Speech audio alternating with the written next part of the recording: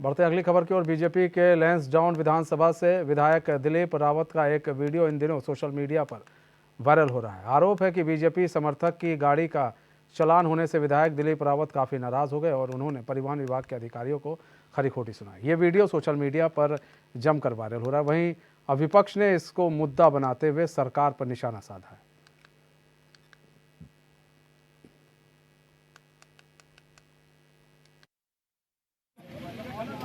Bharatiya Janata party की प्रचंड बहुमत की प्रचंड अहंकारी सरकार के एक ऐसे मुख्यमंत्री जो हारे हुए विधायक और जबरदस्ती जिताए हुए विधायक बनकर मुख्यमंत्री की कुर्सी पर बैठाए गए। और नरेंद्र मोदी जी ये बताएं कि आपके विधायक आखिर करना क्या चाहते हैं। उत्तराखंड में अव्यवस्थाओं का दौर है, मुख्यमंत्री को पता नहीं है कि हो क्या रहा है और करना क्या है। और अब देखिए कि पहले प्रेमचंद अग्रवाल ने कैसे सरेआम एक व्यक्ति की पिटाई करी, कैसे आंदोलनकारियों के साथ बदतमीजी करी, और अब दिलीप महंत अपने आप को कहने वाले लैंसडाउन के विधायक, जिनका मैं आज तक बड़ा सम्मान करती थी, मगर आज उनकी असलियत देखकर ऐसा लग रहा था जैसे सत्ता की हनक और विधायक की धमक, इसके तहत जीने पर मजबूर होना पड़ेगा उत्तराखंड की जनता को। तो बीजेपी के लैंसडाउन विधानसभा से विधायक दिलीप रावत का एक वीडियो सोशल मीडिया पर काफ़ी वायरल हो रहा है। आरोप है कि बीजेपी समर्थक की गाड़ी का चालान होने से विधायक दिलीप रावत काफ़ी नाराज़ हो गए और उन्होंने परिवहन विभाग के अधिकारी को खरी खोटी सुना दी। ये वीडियो सोशल मीडिया पर जमकर वायरल हो रहा है।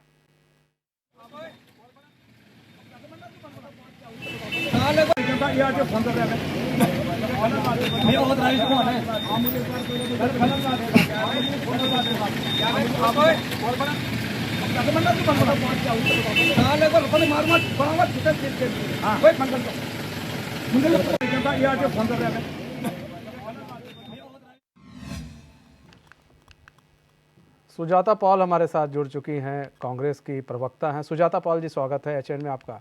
सुजाता पॉल जी, लैंसडाउन से विधानसभा के विधायक दिलीप रावत का एक वीडियो वायरल हो रहा है जिसमें वो एक अधिकारी पर जो है अपनी नाराज़गी जाहिर कर रहे हैं। कहा जा रहा है कि बीजेपी की समर्थक की किसी गाड़ी का उन्होंने चालान काट दिया था, इसलिए काफ़ी नाराज़ हो गए थे वो।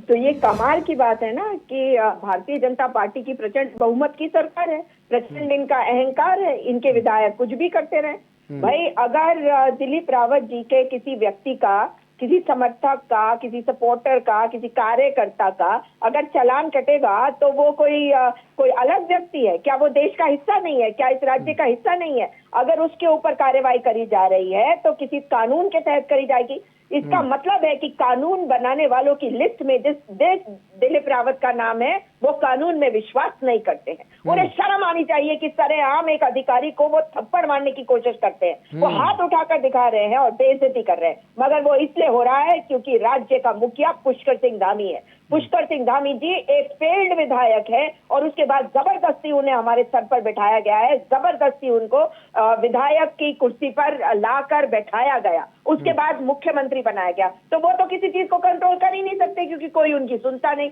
आप देख लीजिए कि प्रेमचंद अग्रवाल ने कैसे सरेआम पीटा था एक व्यक्ति को, कैसे अंकिता भंडारी को न्याय नहीं मिला, कैसे हमारे राज्य में तहस नहस कर दिया इन्होंने व्यवस्थाएं, कैसे आईएएस कैडर के जो पोस्ट है उस पे आईपीएस बैठाए जाते हैं, एक भी आईपीएस नजर नहीं आता आज हमारे राज्य में। तो ये सारी व्यवस्थाओं का जो ये पूरा इन्होंने एक झोल बना दिया है, उसी के कारण आज इतनी हिम्मत हो गई है इनकी कि इनके विधायक इस तरह से सरेआम सड़कों पर अधिकारियों को हड़काए और अपनी सत्ता की हनक और अपनी धमक दिखाए। सुजाता पॉल जी बने रहिए, हमारे साथ हनी पाठक भी जुड़ चुके हैं, बीजेपी के प्रवक्ता हनी पाठक जी, स्वागत है चैन में आपका। हनी पाठक जी, नमस्कार। आपके एक विधायक हैं दिलीप रावत जी, उनका एक वीडियो वायरल हो रहा है, वो एक अधिकारी को थप्पड़ मारने की बात कह रहे हैं और उसकी गलती ये थी कि उसने किसी बीजेपी समर्थक की गाड़ी का चालान काट दिया था। तो ऐसे में इस तरह की हरकत कहाँ तक जायज़ है? हनी पाठक जी, देखिए, ऐसा है, इस प्रकरण में दो प्रकार की न्यूज चल रही है। एक ये भी चल रही है कि पुलिस द्वारा बेमतलब में चालान काटा गया और गाड़ी को सीज करने की बात कही गई, जिसमें उसकी गलती नहीं थी। और दूसरी बात, अभी मैं कांग्रेस की प्रवक्ता की बातें सुन रही थी, सूप बोले तो बोले, चलनी क्या बोले जिसके खुद 72 छेद। अभी इससे पहले जो यूनिवर्सिटी में इनके विधायक वहां एक औरत के साथ अभद्र व्यवहार कर रहे थे, उसके सामने माँ बहन की गाली दे रहे थे, तब ये कहा थी जो इतनी बड़ी बड़ी बातें कर रही है। और तीसरी बात मैं ये बताना चाहती हूँ, आजकल कांग्रेस का पता है क्या हाल हो रखा है? उनका ये हाल हो रखा है कि जब कोई मोतियाबिंद का ऑपरेशन कराकर आता है तो काला चश्मा लगाना पड़ता है, जिससे सब कुछ काला काला दिखता है। तो कांग्रेस का भी वही हाल है, सेम। इनको हर चीज में कमियां नजर आती हैं, हर चीज इनको काली काली नजर आती है, अच्छे को भी बुरा कह देते हैं, बुरे ठीक को है, तो लेकिन बुरा हनी कहते पाठक ही जी, कहते हैं। ठीक है, हाँ, लेकिन हनी पाठक जी, आप किसी चीज को इस तरह से जस्टिफाई नहीं कर सकते ना। ठीक है, अगर आप कह रही हैं कि उन अधिकारी ने जबरन काट दिया, चालान काटा, ठीक है, आपकी बात भी मान लेते हैं, आप जो कह रही हैं उसको भी मान लेते हैं। गाड़ी सीज करने की नहीं, बात बस कही गाड़ी मैंने कि सीज करने की बात कही, जा आपकी रही बात थी। सही है, आपकी बात हम मान लेते हैं, लेकिन किसी विधायक को किसी ने हक दिया है कि वो किसी अधिकारी को ये कह दे कि अभी थप्पड़ मार दूंगा? ये बताइए। देखिए, ऐसा है, हक तो किसी को किसी ने भी नहीं दिया, विधायक की तो बात छोड़िए, एक सामान्य आदमी को भी इस तरीके से किसी को भी थप्पड़ मारने वाली बात नहीं कहनी चाहिए। हाँ। लेकिन मैं ये कह रही हूँ, मैं सहमत हूँ आपकी बातों से, लेकिन जो ये बात कह रही हैं, तो जस्टिफाई ये वो भी करे ना, जो इनके विधायक वहां पर गए थे, वहां महिला थी, उसके सामने गालियां बक रहे थे, तो कृपया बोलते समय ये भी तो सोचिए हम खुद हैं क्या। सुजाता पॉल जी, जवाब दीजिए। लगाए तो शोभा देता है। सुजाता पॉल जी, देखिए, इन्होंने क्या कहा, इन्होंने जस्टिफाई नहीं किया, इन्होंने ये भी आपको कहा कि इसमें दो तरह की खबरें चल रही हैं। मतलब कानून में विश्वास नहीं करना ये अपना जन्म सिद्ध अधिकार समझते हैं। और भारतीय जनता पार्टी की प्रवक्ता को ये नहीं पता कि इस वक्त जिस विधायक के ऊपर बात हो रही है वो अपने आप को महंत कहता है। अगर वो महंत कहता है तो उसके ऊपर तो और भी ज्यादा जिम्मेदारी हो जाती है कि इस तरह की हरकत ना करे। और अगर किसी ने कोई गलत काम किया तो कानून के तहत कार्य होगा या सड़क पे खड़े होके इनका विधायक पीटेगा। क्या हुआ था प्रेमचंद अग्रवाल के मैटर में वो नहीं बताएंगी, इधर उधर की बात करेंगी। जब बात हो रही है आज केवल दिलीप रावत की, तो दिलीप रावत की बात क्यों नहीं कर पाती वो? क्यों नहीं कहती कि हाँ कार्रवाई होगी? क्यों नहीं कहती कि हाँ संगठन भी उनके ऊपर कार्रवाई करेगा और हमारी सरकार भी कार्रवाई करेगी? क्योंकि पुलिस अगर आज सचमुच में निष्पक्ष है, जिन्हें इन्होंने डीजीपी बनाया, उन्होंने एक कार्यक्रम में कहा था कई साल पहले कि एक कुत्ता बना के रख देते हैं आईपीएस के अधिकारी को सरकारें।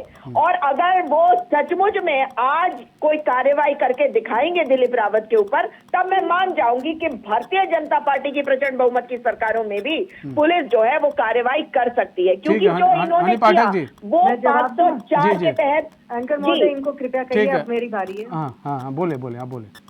ये कह रही हैं क्या ये बातें कह रही हैं कि ये बोले न्याय कानून पर इनको भरोसा नहीं। अरे मैडम, कानून पर तो आप लोगों को भरोसा नहीं है। जब आप लोगों के यहाँ छापेमारी या कुछ होता है तो आप काले झंडे पहन के सड़कों पर खड़ी हो जाती है। और आपकी कांग्रेस की प्रदेश अध्यक्ष नाटो डिसूजा क्या करती हैं? सेना की महिला पर थूक देती हैं।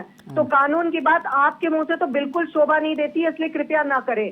दूसरी बात, मैंने ऐसे बेवकूफ प्रवक्ताओं के साथ ना बोले, यही दिक्कत बीच में ना बोले। सुजाता पॉल, सुजाता जी इनको सुन लीजिए, फिर आपके पास आ पसंद नहीं करती हूँ मैं। सुजाता जी, दूसरी बात पे मैं इनकी आती हूँ, जो ये कह रही हैं कि एग्जाम्पल सेट करके दिखाएं, वो सेट करके दिखाएं। हमने तो बतेरे एग्जाम्पल सेट करके दिखा दिए।